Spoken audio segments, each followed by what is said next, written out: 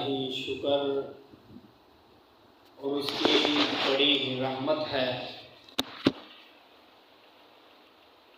کہ میں اور آپ ایسے نبی کے امتی ہیں کہ جس کی نبوت کے سائے تلے آنے کے لیے خود انبیاء بھی خواہش رکھا کرتے تھے، جیسے حضرت عیسیٰ علیہ السلام، جن کے متعلق میرا اور آپ کا یہ عقیدہ اور نظریہ ہے کہ اللہ پاک نے انہیں موت نہیں دی بلکہ زندہ سلامت دنیا سے آسمانوں کی طرف اٹھا لیا۔ وہ بھی اللہ سے دعائیں کیا کرتے تھے کہ اللہ مجھے محمد کا امتی بنانا۔ خود نبی ہیں اور دعا کیا ہے کہ مجھے محمد کا امتی بنانا صلی اللہ علیہ وسلم۔ تو اللہ نے ان کی وہ دعا قبول کی، آسمانوں کی طرف زندہ اٹھا لیا۔ میرا اور آپ کا یہ عقیدہ ہے قیامت سے پہلے حضرت عیسیٰ دنیا میں آئیں گے اور نبی بن کر نہیں آئیں گے بلکہ محمد کے امتی بن کر آئیں گے۔ تو کتنی خوش قسمتی کی بات ہے کہ مجھے اور آپ کو کوئی دعائیں نہیں کرنی پڑی، مجھے اور آپ کو کوئی مشکلات کا سامنا نہیں کرنا پڑا، مجھے اور آپ کو جنگ و جدال نہیں کرنی پڑی، بلکہ بغیر کسی دعا کے، بغیر کسی مشقت کے، بغیر کسی آزمائش کے اللہ نے میرے اور آپ کے مقدر میں لکھ دیا ہے کہ ہم آخری نبی محمد کے امتی ہیں۔ اس پر اللہ کا جتنا بھی تم شکر ادا کرو نا نہیں کر سکتے۔ ابھی سر سجدے میں دے دو اور جتنی سانسیں تمہارے جسم کے اندر ہیں، جب تک روح کا تعلق جسم کے ساتھ ہے اس وقت تک سجدے میں پڑے رہو اور اللہ کا شکر ادا کرتے رہو کہ تو نے ہمیں آخری نبی محمد کا امتی بنایا ہے، تو پھر بھی شکر نہیں ادا ہو سکے گا۔ خیر، پچھلے جمعے کا تھوڑا سا خلاصہ 1 منٹ کے اندر میں کروں گا تاکہ آج کا جمعہ سمجھنا آسان ہو جائے۔ پچھلے جمعے میں نے عرب کے حالات بتائے کہ اس قدر ظالمانہ، جابرانہ، احمقانہ حالات تھے کہ اپنی بیویوں کو لونڈیوں سے بھی بدتر سمجھتے تھے۔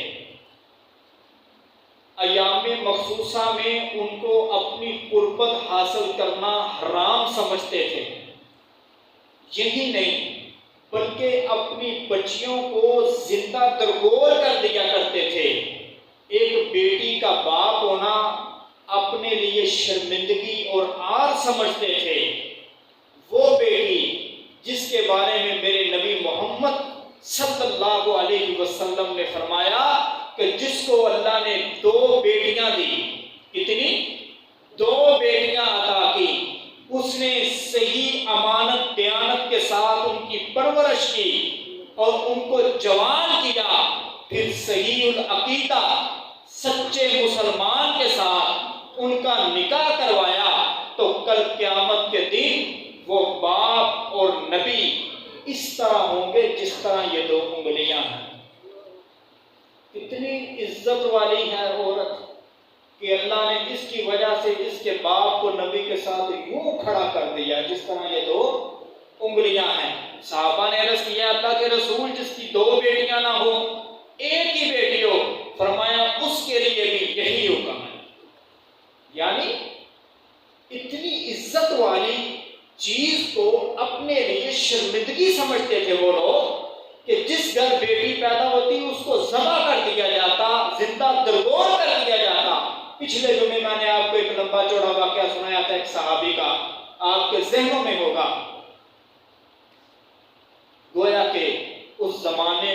بلکہ قرآن نے ذکر کیا ہے، اللہ کہتا ہے کہ وہ زمانہ اتنا بدتر تھا، اتنا جاہل تھا، اتنا بے وقوف تھا، فرمایا اولئک کالانعام، وہ جانوروں کی طرح ہو چکے تھے۔ آگے فرمایا بل ہم اضل، بلکہ جانوروں سے بھی بدتر ہو چکے تھے۔ جانوروں سے بدتر کیا مطلب؟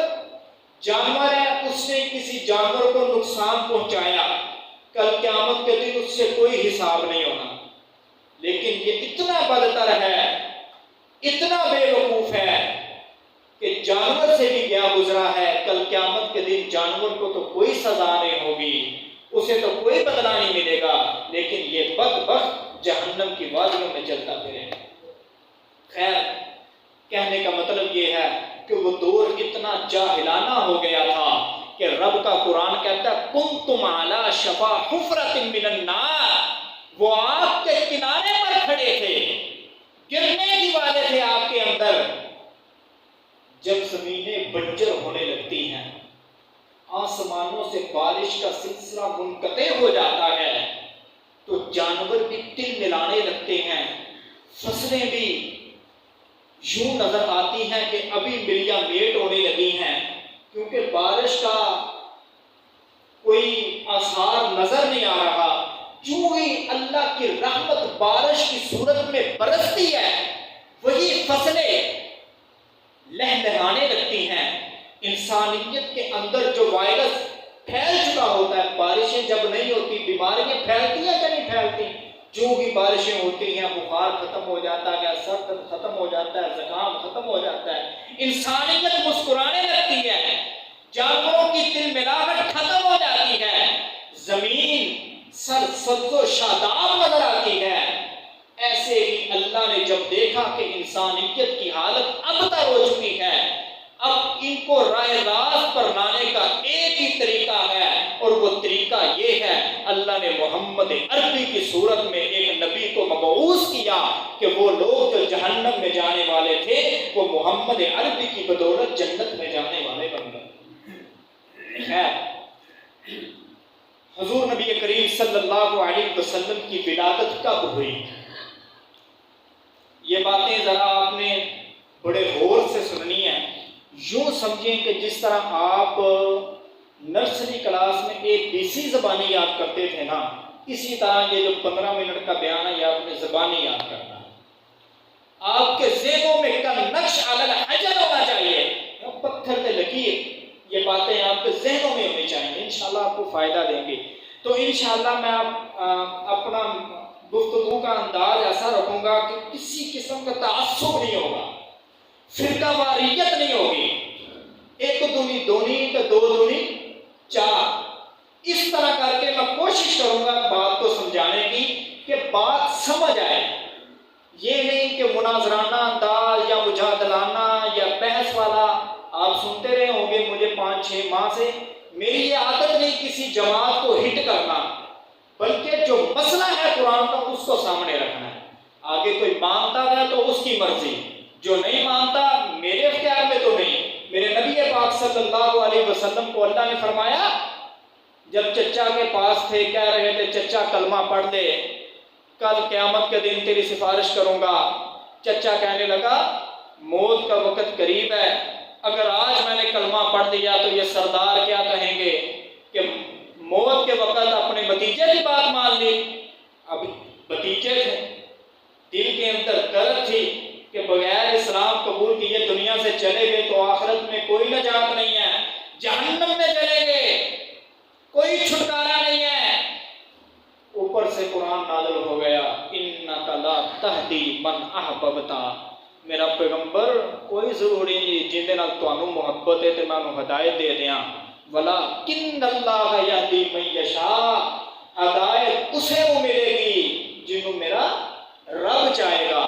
تو اس لیے میرا کام آپ تک بات کو پہنچانا ہے، بلغ ما انزل الیک من ربک، رب کے پیغام کو لوگوں تک پہنچا دو، وَإِن لَمْ تَفْعَلْ فَمَا بَلَّغْتَ رِسَالَتَكَ، میرا نبی اگر آپ نے لوگوں تک میرا پیغام نہ پہنچایا تو آپ نے اپنی نبوت کا حق نہیں ادا کیا۔ تو اس لیے میرے نبی کو فرمان یہ تھا کہ بات کو پہنچانا ہے، منوانا میرے اللہ کا کام ہے۔ امتی ہوں، میرا کام آپ کو صحیح راستہ دکھانا ہے، اما شاکرا و اما کفورا، باقی آپ صحیح راستے کا انتخاب کرتے ہیں یا غلط راستے کا انتخاب کرتے ہیں، اس کی میری کوئی ذمہ داری نہیں ہے، آپ کی خود ذمہ داری ہے۔ کیوں؟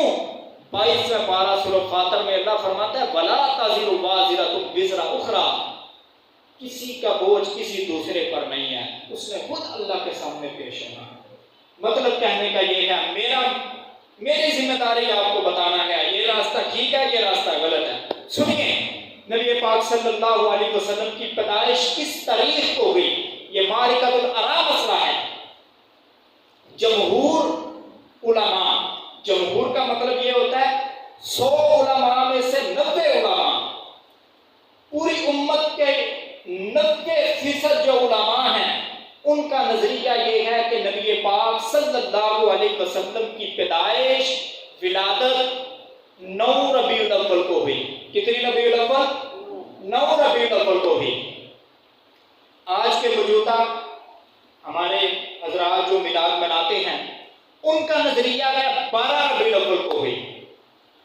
انہی کے مسلک کے بانی احمد رضا خان بریلوی صاحب وہ اپنی کتاب میں لکھتے ہیں کہ 8 ربیع الاول کو ہوئی۔ کتنی ربیع الاول کو؟ 3 قول ہو گئے، جمہور کے نزدیک 9، آج کے موجودہ اہل سنت کے نزدیک 12، اور امام احمد رضا خان صاحب کے نزدیک جو اسی مسلک کے بانی ہیں ان کے نزدیک کتنی؟ 8۔ اور سونے پہ سہاگا، جادو وہ جو سر چڑھ کر بولے، جن کے نام کی 11ویں دی جاتی ہیں، جن کے نام کے نذرانے لیے جاتے ہیں، ان کا عقیدہ یہ ہے کہ نبی پاک صلی اللہ علیہ وسلم کی ولادت 10 محرم کو ہوئی ہے۔ ربیع الاول کا کوئی تذکرہ ہی نہیں ہے۔ کتنی تاریخ کو؟ 10 محرم کو ہوئی ہے، اور بعض کا قول ہے کہ 18 ربیع الاول کو ہوئی ہے۔ کہنے کا مقصد یہ ہے کہ میرے نبی کی پیدائش کس تاریخ کو ہوئی اس میں کسی کا بھی اتفاق، کوئی 8 ربیع الاول کا قائل ہے، کوئی 9 ربیع الاول کا قائل ہے، کوئی 12 ربیع الاول کا قائل ہے، کوئی 10 محرم کا قائل ہے، کوئی 18 ربیع الاول کا قائل ہے، یعنی 5 قول آ گئے اس میں۔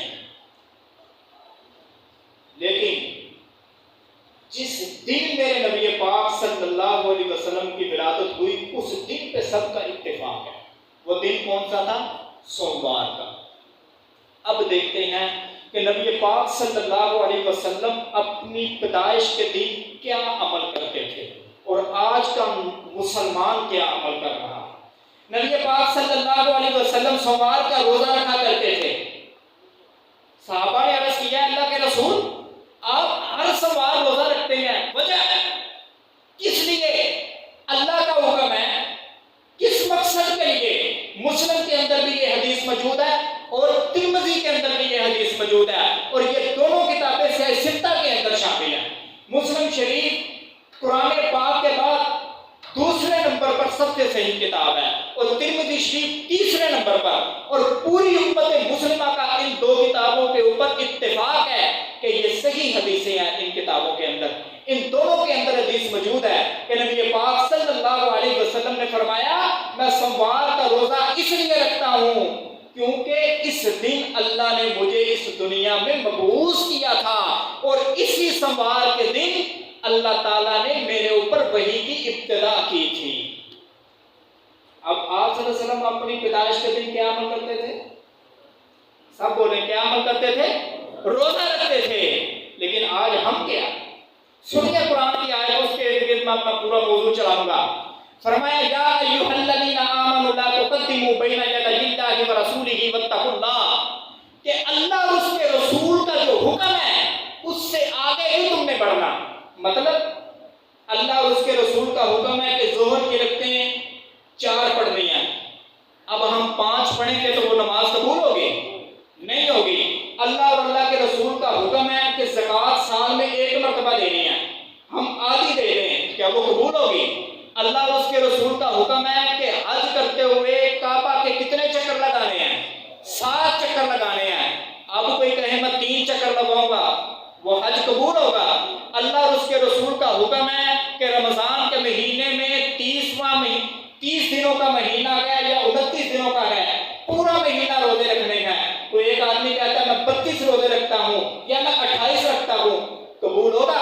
نہیں، کیوں میرے نبی کی مہر نہیں ہے اس پر؟ اور خود سوچئے میرے نبی نے اور میرے اللہ نے مسلمانوں کو کتنی عیدیں دی ہیں؟ بولیے نا، کتنی عیدیں دی ہیں؟ 2 عیدیں دی ہیں۔ جس طرح حج کے اندر 7 چکر لگانا لازم ہے، ظہر کی 4 رکعتیں پڑھنا لازم ہے، 5ویں نہیں پڑھی جا سکتی، جس طرح 2 سجدے کرنے ہیں، تیسرا نہیں کیا جا سکتا، 1 رکوع کرنا ہے، دوسرا نہیں کیا جا سکتا، اسی طرح اسلام کے اندر فقط 2 عیدیں ہیں جس پر میرے محمد کا فرمان ہے اور اللہ کا فرمان ہے کہ ایک عید الفطر ہے، ایک عید الاضحیٰ ہے، بس یہ 2 عیدیں ہی رہیں گی، تیسری عید کیوں؟ کیا یہ میرا دین ہے؟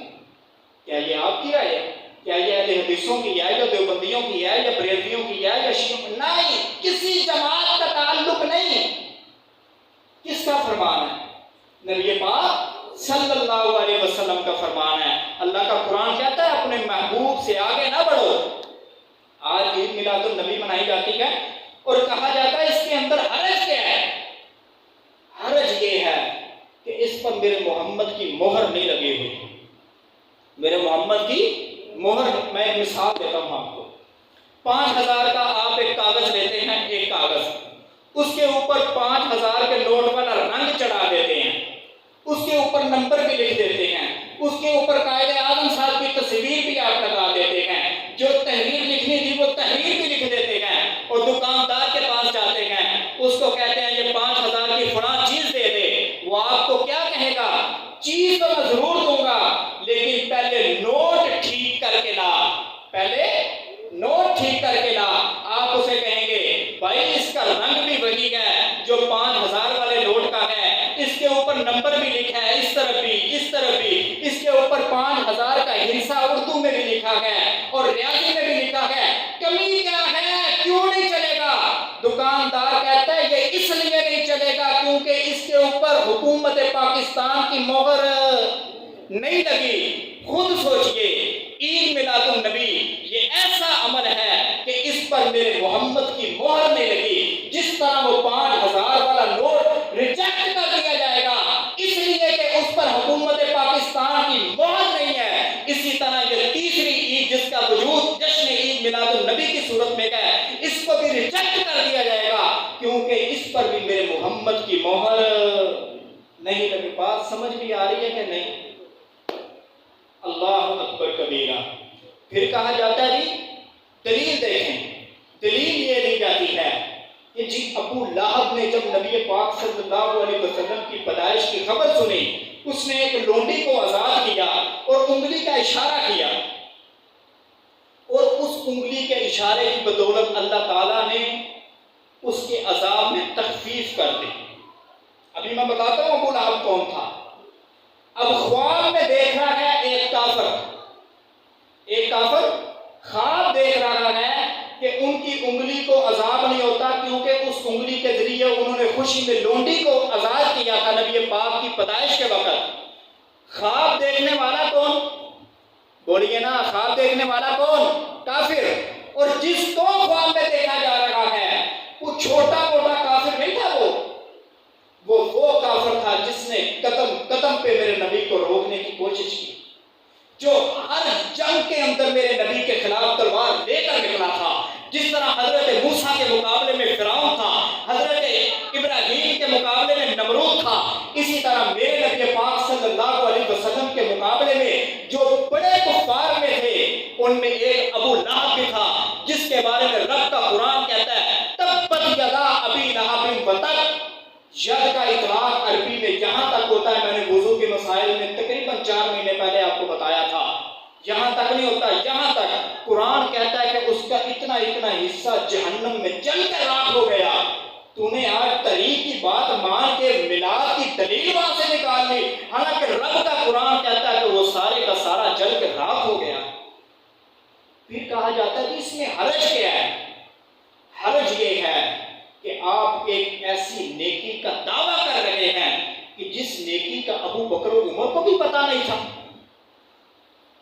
مزہ نہیں آ گیا؟ کہا جاتا ہے اتنے پیسے جمع کرواؤ، گلیاں سجانی ہیں، پہاڑیاں بنانی ہیں، جلیاں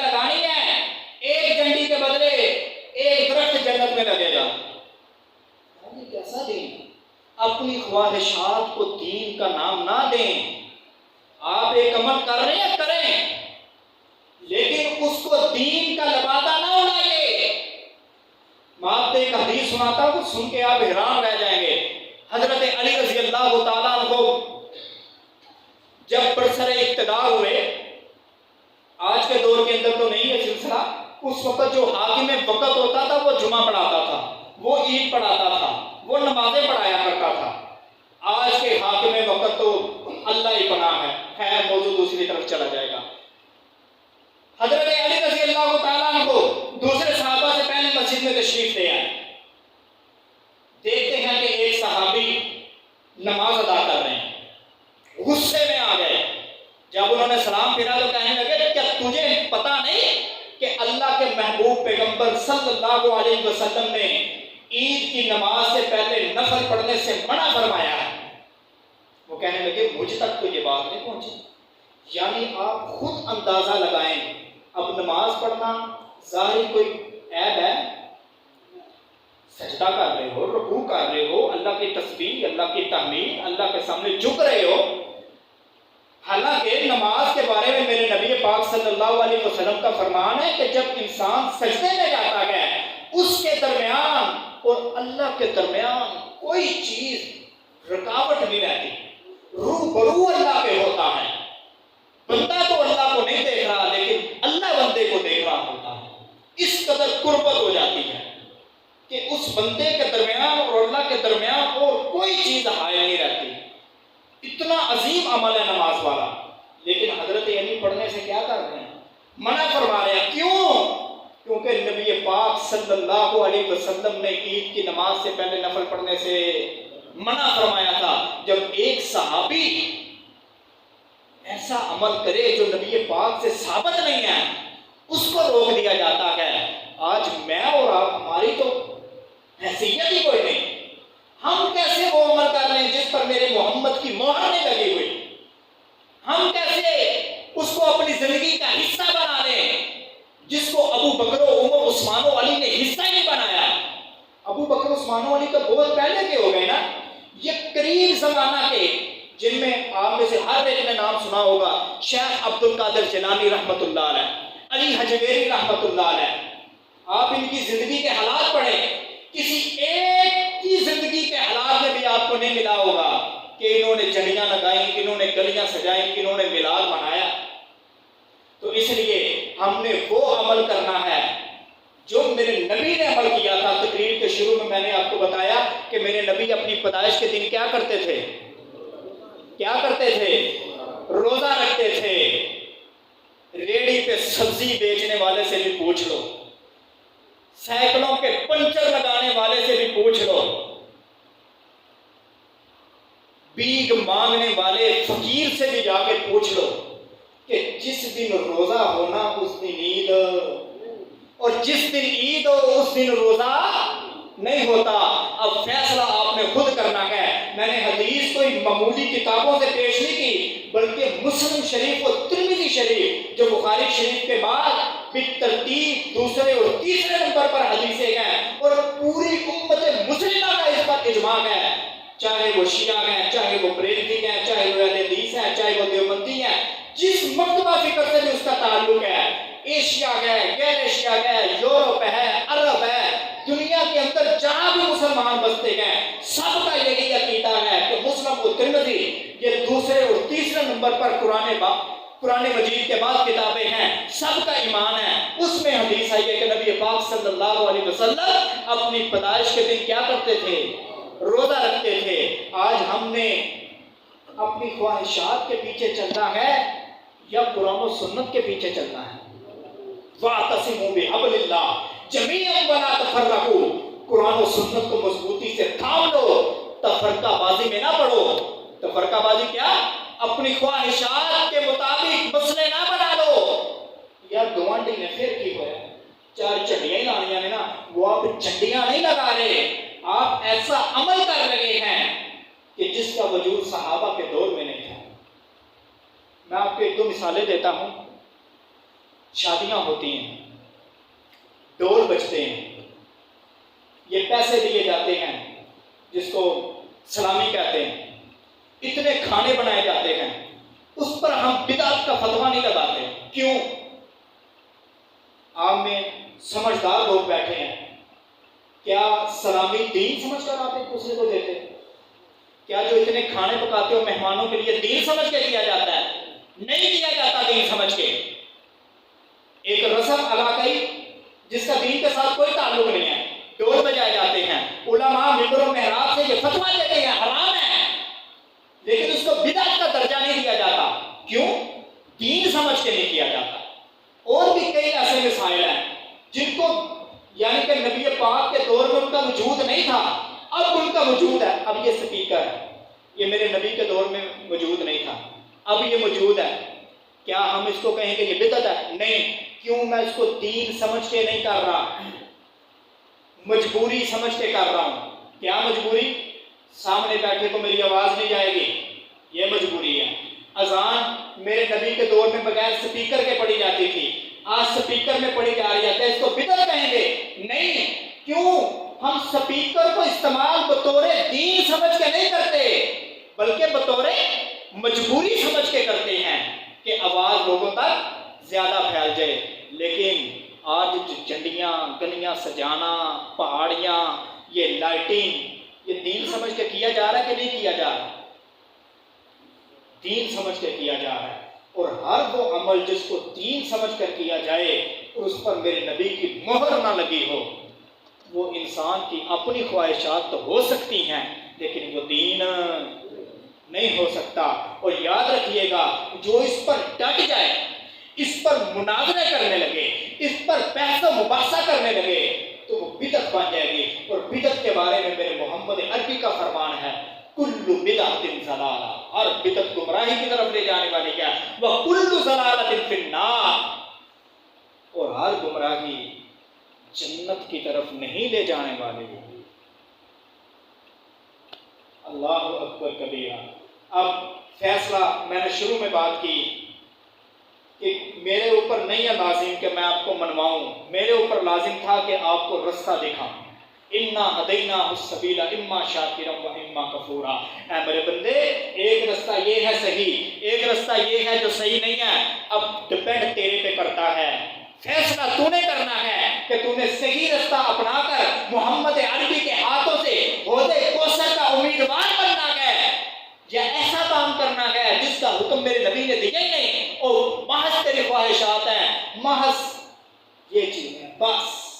کیا میرا دل نہیں کرتا کہ میں بھی جاؤں، تقریریں کروں، میلاد کے اندر جیبیں گرم ہوں، یہ کل 40 میں 10 میں بات نکل کے جب میں کر دیتا ہوں، کیا میرا دل نہیں کرتا؟ میں نا سفر پر تھا، میرے ساتھ ایک مولوی صاحب بیٹھ گئے، میں نے ان سے پوچھا سنائیں کیسا گزر بسر ہے؟ یقین کریں اس نے مجھے وہ بات بتائی تو میں تو ہکا بکا رہا، میں دیوبندی تھی تو بھوکے مر گئے۔ وہ بریلوی مسلک سے تعلق رکھتا تھا، وہ کہنے لگا 10,000 مسیح تو ملتا، 5-6 ختم بھی رہ جاتے، 3-4 40 بھی مل جاتے، کل بھی آ جاتے، پھر رل ملا کے کچھ 40-50 کی دیہڑ والی آتی۔ یقین کریں میں نے کہا دنیا تو پھر جو کچھ لانا سادہ حصہ تے آخرت چلے۔ تو اس لیے ہمارے اندر بھی دل ہے، انسان ہے نا، پیسے کا پجاری ہے کہ پیسے آئے کسی طریقے سے، لیکن پیسے اس رستے سے آئیں جو رستہ اچھا ہے۔ میں الفاظ بڑے نرم استعمال کروں، جو رستہ اچھا ہے، اس رستے سے نہ آئیں جو رستہ برا ہے، جس سے میرے نبی نے منع فرمایا ہے۔ زندگی تو گزر جانی ہے، میرے پاس 10,000 مہینے کا آئے گا، بھوکا پھر بھی نہیں مروں گا، میرے پاس 10 لاکھ آئے گا، بھوکا پھر بھی نہیں مروں گا، اور 10 لاکھ جو غلط رستے سے آ رہا ہے اور 10,000 جو صحیح رستے سے آ رہا ہے، میں صحیح رستے کا انتخاب کروں گا نہ کہ غلط رستے کا انتخاب کروں۔ تو اس لیے آپ خود آپ سوچیں کہ ہم لوگ کیوں نہیں جاتے؟ کیا ہمیں پیسہ چبھتا ہے؟ ہمیں لڑتا پیسہ؟ اس لیے صحیح راستے کا انتخاب کریں، وہ راستہ چنیں